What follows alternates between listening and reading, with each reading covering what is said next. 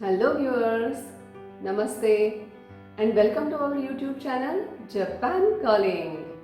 Today we will talk about privately financed student scholarship. Privately financed students are students who study with their own finance. The students who study abroad without scholarships. In Japan, privately financed students also get scholarships after taking admission in university. So today we will be talking about privately financed student scholarships for graduate students, that is master's degree. These scholarships are given by universities in which student is studying or the institutes which are connected to these universities or companies that are financing research in those universities or maybe some foundations which are encouraging students, foreign students to study in Japan. Before giving information about types of scholarships, procedures, I would like you to watch this video of my son Shardul Kulkarni, who has shared his experience about being a privately financed student in Japan and receiving a wonderful scholarship. He has also shared about reason to choose Japan, application procedures, overall life in Japan, facilities, and of course, future prospects. There are a couple of reasons for choosing Japan for my further education.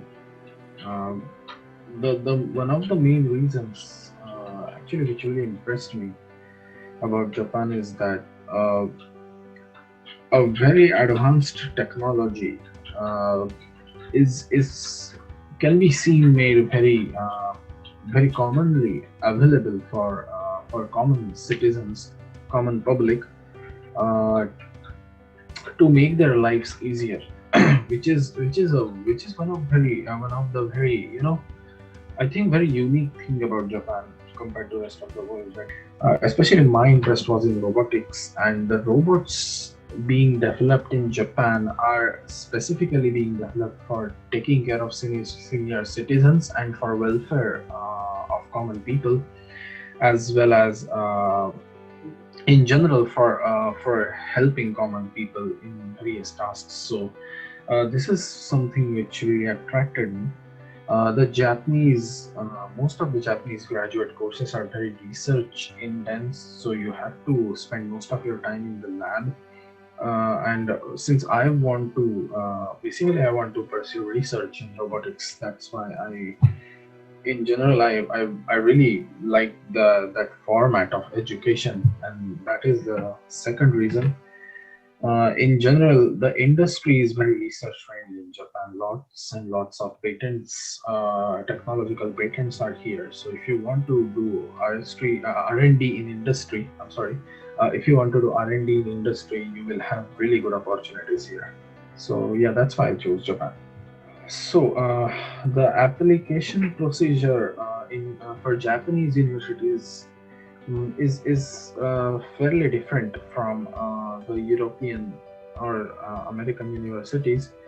Uh, Basically, we send our credentials, our statement of purpose, and basically all the documents that they want directly to the university in case of European and American universities, and then they assess us.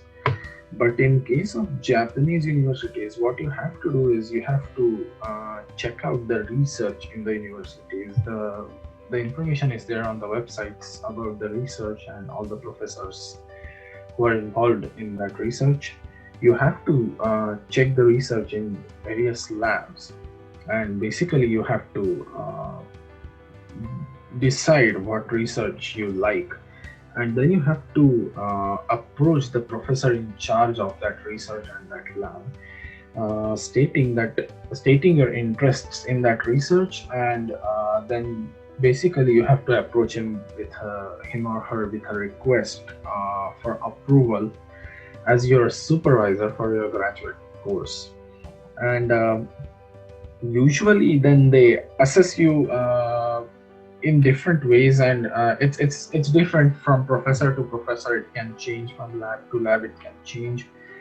In case of a couple of universities, they might also conduct some exams or something, but mainly the lab assesses you. Uh, Even in my case, when I approached my professor, basically stating that I liked his research and I would like him to be my supervisor.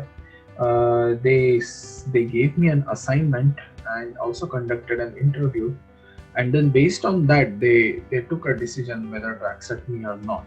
And once they decided to accept me, after that, once the lab accepts you, after that the university sends you the admit for their graduate course. So this is how the procedure is for Japanese universities. I'm a graduate from Waseda University, which is one of the best universities in Japan, and very recognized and prestigious here. Uh, One of the world's some of the few first robots were built here, so Waseda has a really good legacy of developing, especially humanoid robots. Uh, and as I said, that the structure of the graduate program is very different here. Mm, Instead of lots of courses, we have research as our focus. And so I had very few courses, and their assessment was also, basically, instead of too many exams, we had to study research papers, we had to write reports based on them, and based on how good we do that, we were graded. And because my graduate program was English based graduate program, so the language was the entire language for all the courses was English. uh, Also, everyone in the lab speaks English fluently, so there is basically Japanese language is never a barrier in general for your education. As far as the lab is concerned, everyone is very supportive there, especially for the lab. Writing research papers and good academic writing is very important because it is one of the main metric for the performance of the lab. How much do they publish every year, and not just publish, but how much do they publish in good journals and conferences every year. So everyone is well versed with how to present your research properly, and you get a lot of guidance regarding that, which is very important in basically a career of academic research, and in any research per se, not just academic. Um, and the second thing is, since the lab is funded for their research activities, you always get all the resources that you want. If you want to pursue something, you're always surrounded by experts in the field, so you can get to talk, you get good technical guidance. And also, you also, if you want some sensors or something for your research, or some motors, any kind of hardware, you always get all sorts of resources. So there is never basically, you never lack resources, and that is never a barrier basically for pursuing any sort of research, which is a very good thing, I think. So yeah, all in all, it was really good and enjoyable experience, and I loved it. Why did I go for PhD? So answer to that question is very simple. I want to pursue a career in academic research, and that's why I want to go continue for PhD. And at the same time, yeah, I enjoyed doing research here, so I wanted to continue pursuing it. As far as the job hunting is concerned, it can be a bit tricky based on a number of factors, especially the language. If you're not very fluent at Japanese, it can be a little bit of struggle, as it was for me, especially if you are looking for a job in the field of hardcore mechanical or electrical. They might need someone who knows Japanese really well. It is not in case of each and every company, but it can happen.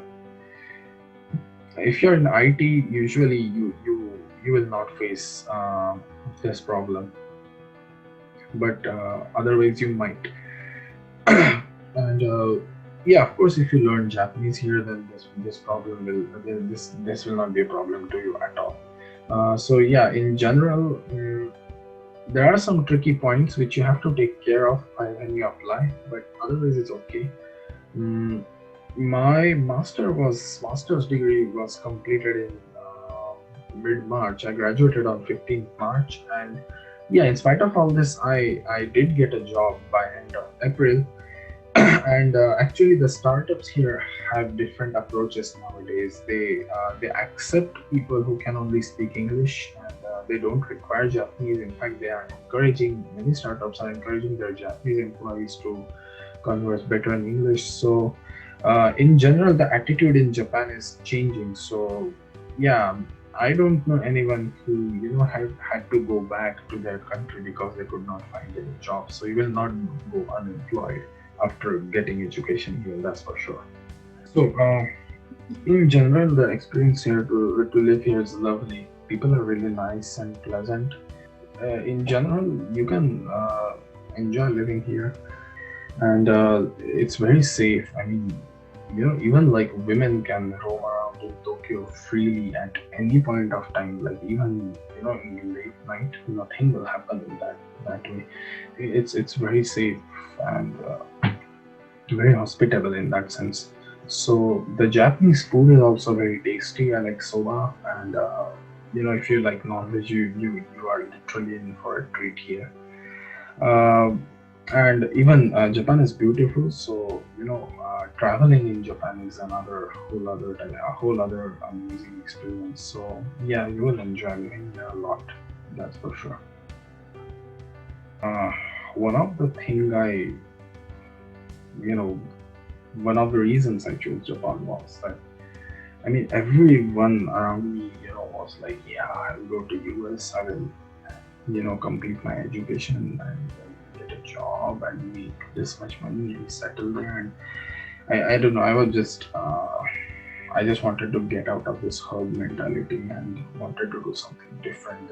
And that's one of the reasons I was looking for places elsewhere as well. Of course, if there is a good research, you can go there. But I mean, there is an outstanding research here as well, or pretty much in a lot of other places, which usually we don't see so eagerly. So yeah, in general, you will love coming here, and you will get a lot of opportunity for personal development because Japanese people have outstanding discipline. They are very punctual. In general, their organizing, their teamwork, their way of documentation, a lot of good qualities you can catch here, and it will contribute to your self development. Along with really good education and outstanding research. So, if you want to do something different, and I don't know if you want to do something different which doesn't and not necessarily follow the crowd everywhere, this is something you can definitely experience, and it's worth experiencing, and you will love it for sure. You will not regret it. That is something I can guarantee from my own experience. I hope this sharing will definitely help you. In our next video, we will be giving more information about privately financed student scholarships. So do watch our next video, and most importantly, if you have not, then subscribe our channel and like and share this video. Thank you very much. Stay tuned.